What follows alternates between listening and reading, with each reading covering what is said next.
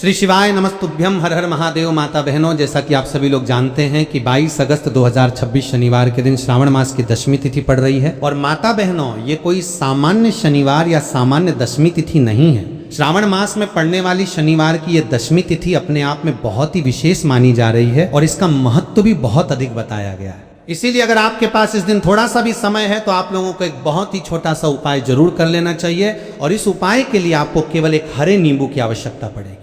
माता बहनों, शनिवार, श्रावण मास और दशमी तिथि का यह संयोग बार बार नहीं आता, इसलिए जिन लोगों ने अभी तक पूरे साल में इस हरे नींबू वाले उपाय को नहीं किया है उनके लिए ये एक विशेष अवसर माना जा सकता है। अगर किसी कारण से आपने पहले इस उपाय को नहीं किया, पूरे श्रावण मास में भी नहीं कर पाए, तब भी आपको निराश होने की जरूरत नहीं है, क्योंकि आपके पास अभी एक ऐसा अवसर है जिसे आपको अपने हाथ से बिल्कुल नहीं जाने देना चाहिए। वो अवसर है 22 अगस्त 2026 शनिवार, श्रावण मास की दशमी तिथि का दिन। माता बहनों, इस दिन अगर आप इस छोटे से उपाय को विधि के अनुसार कर लेते हैं तो मान्यता है कि आपको इसका ऐसा फल प्राप्त हो सकता है जिसकी आपने शायद कल्पना भी नहीं की होगी। इसलिए मेरी आप सभी से यही विनती है कि अगर संभव हो तो इस उपाय को एक बार जरूर कर लीजिए, ताकि बाद में आपको ये अफसोस ना रहे कि आपके सामने इतना विशेष अवसर आया था और आपने उसे छोड़ दिया। माता बहनों, ये उपाय कोई मनगढ़ंत बात नहीं है। इस उपाय का उल्लेख पंडित जी ने अपनी हाल की श्री शिव महापुराण कथा के दौरान किया है। आज हम उसी उपाय को आपको बहुत ही सरल भाषा में और पूरी विधि के साथ समझाने वाले हैं। वीडियो को ध्यान से देखने के बाद आपको इस उपाय को समझने के लिए किसी दूसरी वीडियो को देखने की आवश्यकता नहीं पड़ेगी, क्योंकि हम आपको बताएंगे कि ये उपाय किस समय करना है, किसे करना है, किस प्रकार करना है और किन बातों का विशेष ध्यान रखना है। तो चलिए माता बहनों, अब इस विशेष उपाय की शुरुआत करते हैं। देखिए, 22 अगस्त 2026 शनिवार, श्रावण मास की दशमी तिथि का दिन इतना महत्वपूर्ण क्यों माना जा रहा है, इसे समझना भी बहुत जरूरी है। कई बार ऐसा देखा गया है कि व्यक्ति बड़े बड़े पूजा पाठ, अनुष्ठान और धार्मिक कार्य करता है, लेकिन उसकी मनोकामना पूरी होने में समय लगता रहता है। वहीं दूसरी ओर किसी विशेष तिथि और विशेष संयोग में किया गया छोटा सा उपाय भी व्यक्ति को मानसिक संतोष और सकारात्मक परिणाम की अनुभूति करा सकता है। बहुत से लोगों ने इस प्रकार के उपायों को अपनी श्रद्धा के साथ किया है और उन्हें अपनी परिस्थितियों में बदलाव महसूस हुआ है। इसलिए अगर आप भी इस उपाय को करना चाहते हैं तो सबसे पहले इसे अच्छी तरह समझ लीजिए। जल्दबाजी में कुछ भी करने की आवश्यकता नहीं है। जब आपको पूरी विधि समझ आ जाए तभी श्रद्धा और विश्वास के साथ इस उपाय को कीजिए। माता बहनों, आपके घर में अगर किसी भी प्रकार की परेशानी चल रही है, परिवार में बार बार तनाव बना रहता है, आर्थिक स्थिति ठीक नहीं चल रही है, काम बनते बनते रुक जाते हैं या बिना किसी स्पष्ट कारण के परेशानियां लगातार बनी हुई हैं, तो ऐसी स्थिति में व्यक्ति के मन में यह सवाल जरूर आता है कि आखिर इन समस्याओं का कारण क्या है। कुछ लोग इसे पितृदोष से जोड़ते हैं, कुछ लोग ग्रहों की स्थिति से और कुछ लोग मंगल दोष जैसी ज्योतिषीय मान्यताओं से जोड़कर देखते हैं। इसीलिए इस विशेष तिथि पर बताए गए इस छोटे से उपाय को श्रद्धा के साथ करने की बात कही जाती है, क्योंकि जब कोई उपाय किसी विशेष तिथि और विशेष धार्मिक अवसर पर किया जाता है तो मान्यता के अनुसार उस दिन की धार्मिक महत्ता के साथ उस उपाय का भी विशेष महत्व माना जाता है। लेकिन माता बहनों, अब सबसे जरूरी बात आती है, आखिर ये उपाय करना कैसे है, इसे किस समय करना है, इसे कौन कर सकता है, हरे नींबू का इस्तेमाल किस प्रकार करना है, और सबसे महत्वपूर्ण बात, इस उपाय को करते समय आपको किन बातों का ध्यान रखना है। इन सभी बातों को हम आपको आगे एक एक करके बिल्कुल सरल तरीके से बताएंगे। इसलिए वीडियो को बीच में छोड़कर मत जाइएगा, क्योंकि उपाय की पूरी विधि तभी समझ में आएगी जब आप इसे अंत तक ध्यान से सुनेंगे। और माता बहनों, अगर आप हमारे चैनल पर पहली बार आए हैं या आज पहली बार मेरी आवाज़ सुन रहे हैं तो चैनल को सब्सक्राइब जरूर कर लीजिए और वीडियो को अंत तक देखते रहिए, क्योंकि आगे हम आपको इस उपाय की पूरी विधि बताने वाले हैं। वीडियो को लाइक जरूर कर दीजिए और कमेंट बॉक्स में श्री शिवाय नमस्तुभ्यम और 6 नमः शिवाय जरूर लिखिए। माता बहनों, अब सबसे महत्वपूर्ण बात यह है कि 22 अगस्त 2026 शनिवार, श्रावण मास की दशमी तिथि के दिन इस एक हरे नींबू वाले उपाय को आखिर करना कैसे है, किसे करना है, किस समय करना है और कहां पर करना है। आपके मन में इस उपाय को लेकर जितने भी सवाल हैं उन सभी के जवाब आपको इसी वीडियो में मिलने वाले हैं, इसलिए वीडियो को ध्यान से देखते रहिए। माता बहनों, जो भी व्यक्ति इस वीडियो को देख रहा है, अगर वो इस उपाय को अपनी श्रद्धा के अनुसार करना चाहता है तो इस दिन हरे नींबू से जुड़ा ये छोटा सा उपाय जरूर कर सकता है, क्योंकि विशेष तिथि पर किए जाने वाले उपायों का धार्मिक मान्यताओं में अपना अलग महत्व बताया गया है। और जब बात श्रावण मास, शनिवार दशमी तिथि और हरे नींबू से जुड़े उपाय की हो तो इसे एक विशेष संयोग के रूप में देखा जाता है। इसीलिए आज हम आपको इस उपाय की पूरी विधि बिल्कुल सरल तरीके से समझाने वाले हैं। अब माता बहनों, सबसे पहले यह जानना जरूरी है कि इस उपाय को आखिर करना किसे है। देखिए, घर की जो बड़ी माताएं या बहनें होती हैं उनमें से कोई भी एक माता या बहन इस उपाय को कर सकती है। अगर आप चाहें तो अपने घर के अन्य सदस्यों के लिए भी ये उपाय कर सकती हैं। मान लीजिए किसी व्यक्ति की अपनी कोई विशेष मनोकामना है, उसके जीवन में कोई परेशानी चल रही है या वो अपने लिए ये उपाय करना चाहता है, तो वो व्यक्ति स्वयं भी अपनी श्रद्धा के अनुसार ये उपाय कर सकता है। वहीं अगर घर में कोई ऐसा सदस्य है जो अपने पूरे परिवार की सुख शांति और घर की समृद्धि के लिए ये उपाय करना चाहता है तो वो भी इसे कर सकता है। इसमें किसी प्रकार की परेशानी नहीं है। यानी इस उपाय को घर का कोई एक सदस्य पूरे परिवार के लिए कर सकता है, और अगर कोई व्यक्ति अपने व्यक्तिगत उद्देश्य के लिए करना चाहता है तो वो स्वयं भी कर सकता है। माता बहनों, और अगर किसी घर में बड़ी माता या बहन मौजूद नहीं है या किसी कारण से वो इस उपाय को नहीं कर पा रही हैं, तो ऐसी स्थिति में घर का कोई अन्य बड़ा सदस्य भी इस उपाय को कर सकता है। वो पुरुष हो या महिला, इससे कोई विशेष अंतर नहीं पड़ता। सबसे महत्वपूर्ण बात आपकी श्रद्धा और उपाय को सही विधि से करना है। अब इसके बाद माता बहनों, इस उपाय को लेकर जो दूसरा सबसे बड़ा सवाल आता है वो है आखिर इसे किस समय करना है। क्या ये उपाय सुबह करना है या शाम के समय करना है? तो देखिए, इस उपाय को आप सुबह के समय भी कर सकते हैं और शाम के समय प्रदोष काल में भी कर सकते हैं। दोनों समय इस उपाय को करने की बात कही जाती है। लेकिन अगर आप मुझसे पूछेंगे कि इन दोनों में से सबसे अच्छा समय कौन सा रहेगा, तो हमारी सलाह यही होगी कि अगर संभव हो तो आप इस उपाय को सुबह के समय ही कर लें। सुबह का समय आपके लिए ज़्यादा सुविधाजनक और बेहतर रहेगा। हालांकि अगर किसी कारण से सुबह आप ये उपाय नहीं कर पाते हैं तो आप शाम के समय प्रदोष काल में भी इसे कर सकते हैं। इसमें घबराने या चिंता करने की कोई आवश्यकता नहीं है। अब माता बहनों, अगला सवाल इससे भी ज़्यादा महत्वपूर्ण है।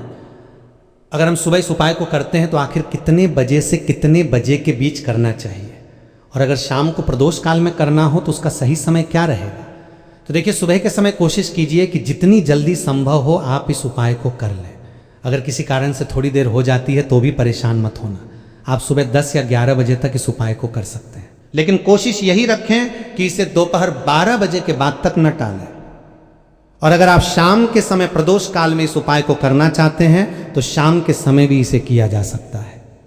प्रदोष काल का समय सामान्य रूप से सूर्यास्त के आसपास माना जाता है, इसलिए अपने स्थानीय सूर्यास्त के समय के अनुसार इसे करना अधिक उचित रहेगा।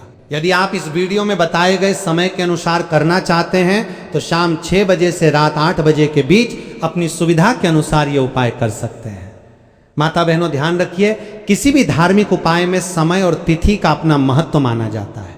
जब किसी उपाय को किसी विशेष दिन और विशेष तिथि को श्रद्धा के साथ किया जाता है तो मान्यता के अनुसार उसका विशेष धार्मिक महत्व होता है। इसीलिए 22 अगस्त 2026 के इस विशेष अवसर को लेकर हम आपको बार बार यही कह रहे हैं कि अगर आप ये उपाय करना चाहते हैं तो इसे समझकर बिना जल्दबाजी के और पूरी श्रद्धा के साथ कीजिए। और माता बहनों, इस उपाय को लेकर आगे की विधि और भी महत्वपूर्ण है, क्योंकि केवल हरा नींबू ले लेना ही पर्याप्त नहीं है। उसे किस प्रकार रखना है, उसके साथ क्या करना है और उपाय को पूरा कैसे करना है, इन सभी बातों का सही तरीके से पालन करना जरूरी है। इसलिए आगे की बात को बिल्कुल ध्यान से सुनिएगा, क्योंकि यहीं से इस उपाय की असली विधि शुरू होने वाली है। मान्यता के अनुसार ऐसे उपाय व्यक्ति के जीवन में आने वाली परेशानियों और बाधाओं से मुक्ति की कामना के लिए किए जाते हैं। इसलिए किसी भी चरण को बीच में छोड़ने के बजाय पूरी विधि को पहले समझ लीजिए और उसके बाद ही श्रद्धा के साथ इसे कीजिए। तो माता बहनों, आज के इस पूरे वीडियो में हम आपको 3 विशेष उपाय बताने वाले हैं, और ये तीनों ही उपाय अपनी अपनी मान्यताओं के अनुसार बहुत खास माने जाते हैं। इसलिए वीडियो को ध्यान से सुनिएगा, क्योंकि आज हम एक एक करके इन तीनों उपायों के बारे में विस्तार से बताएंगे। तो चलिए माता बहनों, सबसे पहले बात करते हैं पहले उपाय की। अगर आपको भी लगता है कि आपके जीवन में कुछ लोग लगातार परेशानी खड़ी कर रहे हैं, आपके काम में रुकावट डाल रहे हैं, आपकी तरक्की से खुश नहीं है या आपके खिलाफ गलत नीयत रखते हैं, तो इस स्थिति में हरे नींबू से जुड़ा ये छोटा सा उपाय श्रद्धा के साथ किया जा सकता है। कई बार हमारे आसपास ऐसे लोग होते हैं जो सामने से तो बहुत अच्छे बनकर रहते हैं, मीठी मीठी बातें करते हैं, आपके साथ हंसते बोलते हैं, लेकिन मन के अंदर आपके प्रति गलत भावना रखते हैं। सामने से देखकर यह पहचान पाना बहुत मुश्किल होता है कि कौन वास्तव में आपका शुभ चिंतक है और कौन आपके खिलाफ है। इसी वजह से गुप्त विरोध या छिपी हुई शत्रुता को लेकर व्यक्ति ज्यादा परेशान रहता है। देखिए, अगर कोई व्यक्ति खुले तौर पर आपका विरोध करता है, आपको नुकसान पहुंचाने की कोशिश करता है या आपके सामने ही आपके खिलाफ बोलता है, तो कम से कम आपको उसके इरादों का पता होता है। आप उससे सावधान रह सकते हैं, उससे दूरी बना सकते हैं और अपनी तरफ से जरूरी सावधानी रख सकते हैं। लेकिन समस्या तब बढ़ जाती है जब कोई व्यक्ति सामने से आपका अपना बनकर रहे और पीछे से आपके काम में रुकावट डालने की कोशिश करे। ऐसे लोगों की वजह से व्यक्ति को कई बार मानसिक तनाव का सामना करना पड़ता है। व्यापार में बार बार रुकावट आ सकती है, नौकरी में परेशानियां बढ़ सकती हैं, काम बनते बनते रुक सकता है, परिवार में छोटी छोटी बातों को लेकर तनाव बढ़ सकता है या आर्थिक स्थिति पहले से ज़्यादा कमज़ोर महसूस हो सकती है। हालांकि ऐसी हर परेशानी का कारण किसी व्यक्ति या किसी नकारात्मक शक्ति को मान लेना उचित नहीं है। लेकिन अगर आपको किसी व्यक्ति की नीयत पर संदेह है तो उससे सावधान रहना और व्यावहारिक रूप से अपनी सुरक्षा करना जरूरी है। माता बहनों, ऐसी स्थिति में यह हरे नींबू वाला उपाय धार्मिक मान्यता के अनुसार नकारात्मकता से बचाव और सकारात्मक ऊर्जा की कामना के लिए किया जाता है। अगर आपको लगता है कि आपके जीवन में लगातार बाधाएं आ रही हैं और आप मानसिक रूप से परेशान हैं, तो आप इस उपाय को श्रद्धा के साथ कर सकते हैं। और माता बहनों, इस उपाय में लौंग का भी विशेष रूप से उपयोग किया जाता है। लौंग को धार्मिक पूजा पद्धति में लंबे समय से इस्तेमाल किया जाता रहा है। माता लक्ष्मी सहित कई देवी देवताओं की पूजा में लौंग का प्रयोग और भोग में इसका अर्पण देखने को मिलता है। इसी वजह से लौंग से जुड़े कई धार्मिक उपाय भी प्रचलित हैं। मान्यता है कि लौंग का प्रयोग नकारात्मकता से बचाव और घर के वातावरण को सकारात्मक बनाने की भावना से किया जा सकता है। इसलिए जब हरा नींबू और लौंग का प्रयोग एक विशेष धार्मिक अवसर पर किया जाता है तो श्रद्धालु इसे एक विशेष उपाय के रूप में देखते हैं। माता बहनों, अगर आपको लगता है कि आपके सामने कोई व्यक्ति लगातार परेशानी खड़ी कर रहा है, आपके परिवार को नुकसान पहुंचाने की कोशिश कर रहा है या आपके व्यापार और कामकाज में किसी प्रकार की रुकावट पैदा कर रहा है, तो आप इस उपाय को अपनी श्रद्धा के अनुसार कर सकते हैं। ये उपाय केवल पुरुष ही नहीं बल्कि महिला भी कर सकती हैं। घर का कोई भी सदस्य इसे अपनी श्रद्धा के अनुसार कर सकता है। और अगर आपको ऐसा लगता है कि आपके घर का वातावरण लगातार तनावपूर्ण बना हुआ है, परिवार के किसी सदस्य का काम बार बार रुक रहा है या व्यापार में बिना किसी स्पष्ट कारण के लगातार नुकसान हो रहा है, तो सबसे पहले व्यावहारिक कारणों को समझना जरूरी है। साथ ही यदि आप धार्मिक आस्था रखते हैं तो इस प्रकार के उपाय को मन की शांति और सकारात्मकता की भावना से कर सकते हैं। माता बहनों, सबसे महत्वपूर्ण बात यह है कि किसी भी व्यक्ति पर बिना प्रमाण के ये आरोप न लगाएं कि उसने आपके खिलाफ कुछ किया है। कई बार परिस्थितियों के पीछे सामान्य आर्थिक, पारिवारिक या व्यावसायिक कारण भी हो सकते हैं। इसलिए सावधानी के साथ अपनी समस्याओं का वास्तविक कारण समझिए और उसके साथ अपनी श्रद्धा के अनुसार ये उपाय कीजिए। अब सवाल यह है कि हरे नींबू और लौंग का ये उपाय आखिर करना कैसे है।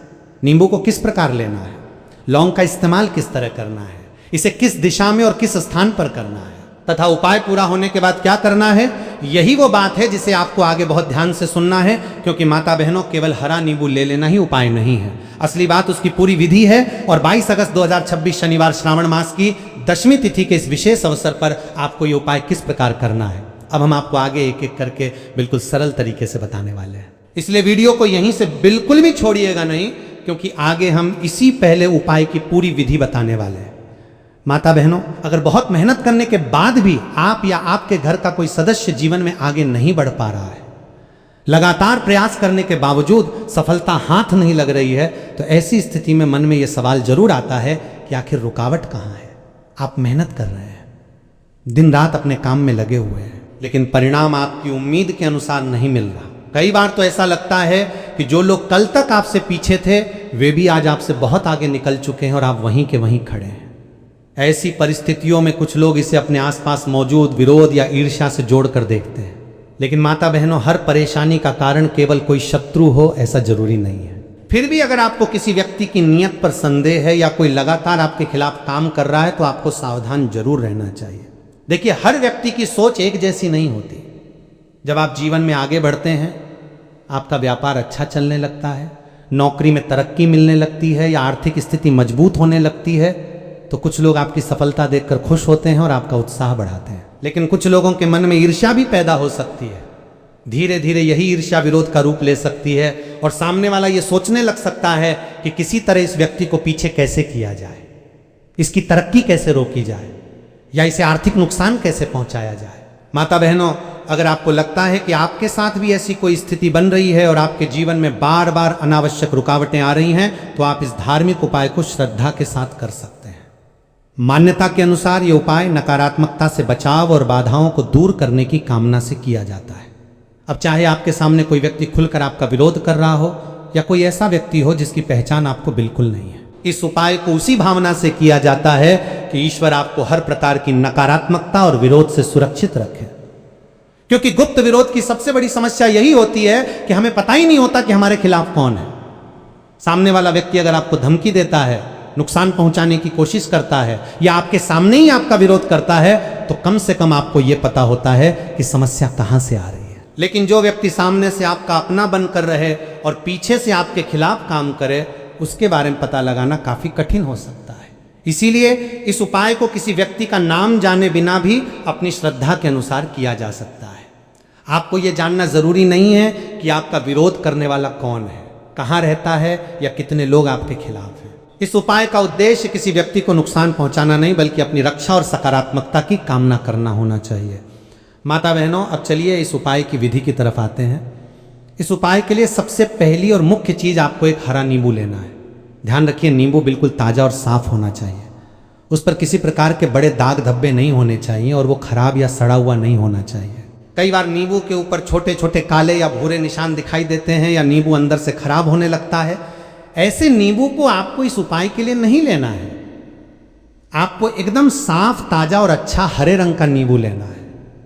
और माता बहनों, बाजार में आपको कई प्रकार के नींबू देखने को मिल जाते हैं।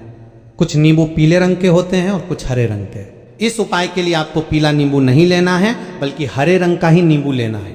यानी नींबू का रंग साफ तौर पर हरा होना चाहिए। इसके बाद इस उपाय के लिए आपको एक और चीज की आवश्यकता पड़ेगी और वो है काले रंग का पेन। काले रंग का कोई भी सामान्य पेन आप ले सकते हैं। अगर आपके पास पेन नहीं है तो काले रंग का स्केच पेन या मार्कर भी इस्तेमाल किया जा सकता है। यहाँ किसी विशेष कंपनी या विशेष प्रकार के पेन की आवश्यकता नहीं है, बस उसका रंग काला होना चाहिए। तो माता बहनों, अभी तक आपको इस उपाय के लिए दो चीजें समझ में आ गई हैं। पहली एकदम साफ और ताजा हरा नींबू और दूसरी काले रंग का पेन, स्केच या मार्कर। लेकिन ध्यान रखिए, अभी उपाय की विधि पूरी नहीं हुई है। इन दोनों चीजों को लेने के बाद आपको इनके साथ क्या करना है, नींबू पर काले पेन से क्या लिखना है और इसके बाद किस प्रकार इस उपाय को पूरा करना है, यही सबसे महत्वपूर्ण हिस्सा है। इसलिए आगे की बात को बहुत ध्यान से सुनिएगा और किसी भी चरण को अपनी तरफ से बदलने की जल्दबाजी मत कीजिए। अब हम आपको आगे इसी हरे नींबू और काले पेन से इस उपाय को करने की पूरी विधि क्रम से समझाने वाले हैं।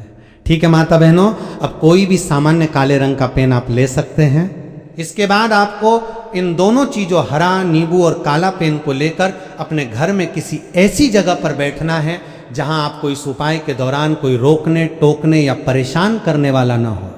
आप चाहें तो अपने घर का कोई शांत कमरा चुन सकते हैं, कोई गैलरी या बरामदा भी चुन सकते हैं। स्थान ऐसा होना चाहिए जहां आप कुछ समय के लिए आराम से बैठ सके और आपका ध्यान उपाय पर बना रहे। भले ही आपके घर के बाकी सदस्यों को इस उपाय के बारे में पता हो, लेकिन जब आप इसे कर रहे हो उस समय कोई आपको बीच में डिस्टर्ब ना करे। इसलिए पहले से ही ऐसी जगह चुन लेना बेहतर रहेगा। अब माता बहनों, जब आप एकांत और शांत स्थान पर बैठ जाएं, तब सबसे पहले उस हरे नींबू को अपने हाथ में ले लीजिए। इसके बाद काले रंग के पेन से आपको उस नींबू के ऊपर अपने शत्रु या विरोधी व्यक्ति का नाम लिखना है। अब यहां पर बहुत से लोगों के मन में एक सवाल आएगा कि अगर हमें अपने शत्रु का नाम ही पता नहीं है तो हम नींबू के ऊपर किसका नाम लिखेंगे। तो माता बहनों, अगर आपको किसी ऐसे व्यक्ति का नाम मालूम है जिसके साथ आपका वास्तविक विवाद या विरोध चल रहा है, तो आप उसका नाम लिख सकते हैं। लेकिन अगर आपको यह बिल्कुल भी पता नहीं है कि आपके खिलाफ कौन है, कितने लोग हैं या किस व्यक्ति की नीयत आपके प्रति खराब है, तो ऐसी स्थिति में किसी निर्दोष व्यक्ति का नाम अनुमान से लिखने की जरूरत नहीं है। ऐसे में आप नींबू के ऊपर केवल शत्रु लिख सकते हैं। यानी जिन भी लोगों को आप अपने विरोधी या शत्रु के रूप में मानते हैं, उनके लिए आप एक सामान्य शब्द शत्रु लिखें। इस उपाय को किसी अज्ञात व्यक्ति के खिलाफ आरोप लगाने के बजाय अपनी रक्षा और नकारात्मकता से मुक्ति की भावना से करना अधिक उचित है। इसके बाद माता बहनों, जिस नींबू के ऊपर आपने शत्रु या संबंधित व्यक्ति का नाम लिखा है उसे आपको एक काले रंग के कपड़े में रख देना है। अब नींबू को काले कपड़े में रखने के बाद आपको मन में अपनी प्रार्थना रखते हुए 3 बार कहना है, मेरा शत्रु परास्त हो। फिर दोबारा कहिए, मेरा शत्रु परास्त हो। और तीसरी बार भी कहिए, मेरा शत्रु परास्त हो। माता बहनों, इन शब्दों को बोलते समय आपका मन शांत होना चाहिए। किसी व्यक्ति के प्रति क्रोध या बदले की भावना रखने के बजाय अपनी रक्षा, अपने परिवार की शांति और जीवन में आने वाली बाधाओं से मुक्ति की प्रार्थना करें। इसके बाद उस काले कपड़े में रखे हुए नींबू को अच्छी तरह बांध दीजिए। आपको कपड़े की एक छोटी सी पोटली जैसी बना लेनी है ताकि नींबू उसके अंदर सुरक्षित रहे और बाहर से दिखाई ना दे। अब माता बहनों, इसके बाद आपको अपने घर के बाहर ऐसी जगह देखनी है जहां थोड़ी सी कच्ची मिट्टी उपलब्ध हो। जैसे घर के बाहर कोई ऐसी जगह जहां मिट्टी हो और जहां आपको आसानी से छोटा सा गड्ढा बनाने की अनुमति हो। ध्यान रखें कि किसी दूसरे व्यक्ति की जमीन, सार्वजनिक स्थान या ऐसी जगह पर कुछ न दबाएं जहां इससे किसी को परेशानी हो सकती है। जहां आपको उपयुक्त कच्ची मिट्टी मिल जाए वहां एक छोटा सा गड्ढा कर लीजिए। इसके बाद कपड़े में बंधी हुई नींबू की पोटली को उस गड्ढे में रख दीजिए और ऊपर से मिट्टी डालकर उसे अच्छी तरह ढक दीजिए ताकि पोटली दिखाई न दे। माता बहनों, इस उपाय को करने की परंपरागत विधि में इसे शाम के समय करने की बात कही गई है। इसलिए अगर आप इस चरण को करना चाहते हैं तो शाम के समय शांत मन से इसे पूरा करें। और सबसे जरूरी बात, इस पूरी प्रक्रिया को किसी दूसरे व्यक्ति को नुकसान पहुंचाने के उद्देश्य से नहीं, बल्कि अपनी मानसिक शांति और नकारात्मकता से बचाव की धार्मिक भावना के साथ करें। किसी व्यक्ति के खिलाफ बिना प्रमाण के कोई धारणा बनाना या उस पर आरोप लगाना उचित नहीं है। तो माता बहनों, ये था पहले उपाय का ये महत्वपूर्ण चरण। लेकिन अभी बात पूरी नहीं हुई है। इस उपाय के बाद क्या करना है और इसके साथ कौन सी सावधानी रखनी है, ये बात भी आगे जानना जरूरी है। इसलिए आगे की बात को ध्यान से सुनते रहिएगा।